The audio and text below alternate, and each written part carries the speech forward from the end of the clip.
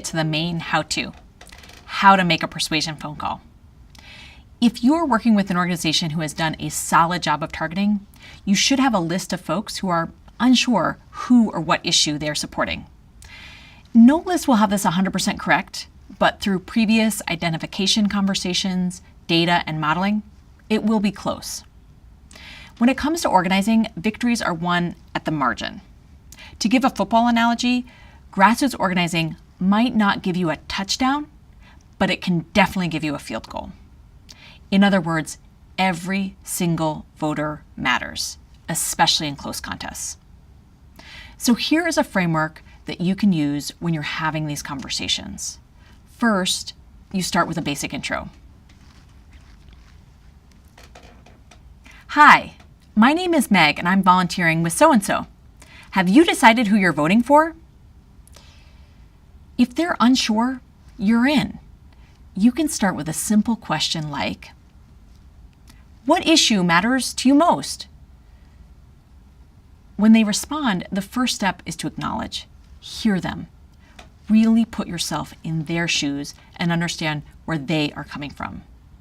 A quick way to do this is to use the method as someone who. For example, as someone who comes from a family of teachers, I totally understand that you're frustrated with teacher pay. Next, you want to bring the conversation to the values or moral principles of the issue you support. Then connect that value to the other person's values. This is easier than it sounds. If the voter is upset about teacher pay, we quickly think about what values are tied to that. Things like fairness, respect, dignity. In this situation, you could say something like, I understand why you're frustrated with teacher pay.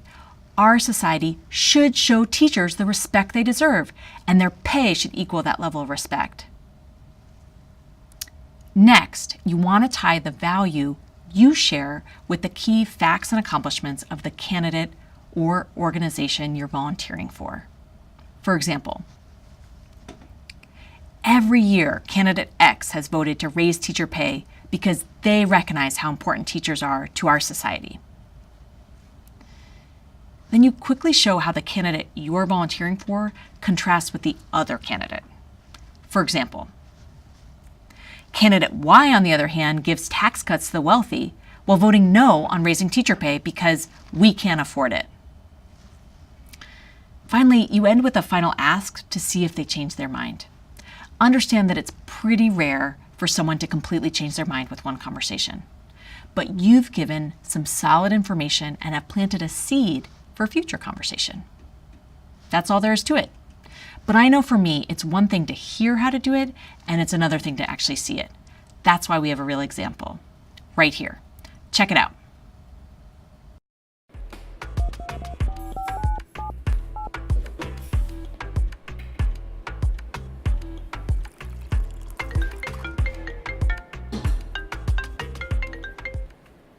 Hello? Hi, is Miles there? This is he. Hi Miles, this is Anna calling from Jennifer Wild for Congress. How are you? I'm doing okay. I've just been really busy lately. I hear you. It feels like life gets busier and busier with each month, right? Well, I'll get straight to the point. So, like I said, I'm calling on behalf of Jennifer Wild, and we're just calling our neighbors to see who you plan to vote for this November. You know, I haven't really made up my mind yet. That's totally fair. The election is still 2 months out. So let me ask you, what issues are most important to you? Oh, I don't know. I mean, even if they do support what I believe in, honestly, I just feel like everyone's pretty corrupt nowadays. I hear that. I mean, as someone who has personally worked to fight against corruption and worked for anti-corruption legislation, I can definitely say that the amount of money spent in the political and legislative arena is absurd, right? I know. It's ridiculous. Yeah, I mean, ultimately it just comes down to a basic value of fairness. You and I should have no less say on the policies that get made than millionaires and billionaires. Yeah, I totally agree. We all deserve an equal say.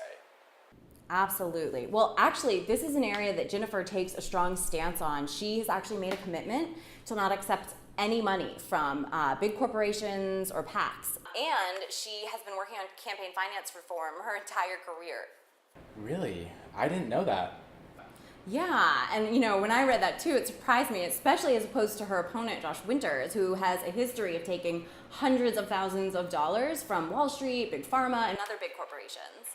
Wow, that's insane. Isn't it? After hearing all of that, do you feel like you have a better sense for who you'd want to vote for? Well, you have given me a lot of important information, but I think that I'm going to still have to do a little bit more research before I can say one way or the other. I get that. Totally respect it. Well, we'll probably have another volunteer reach out to you in a few weeks. Will that be all right with you? Okay, great. Fantastic. Okay, thanks a lot for your time, and have a great week. Thanks, you too. Bye. Bye. How was that? Is it becoming more clear?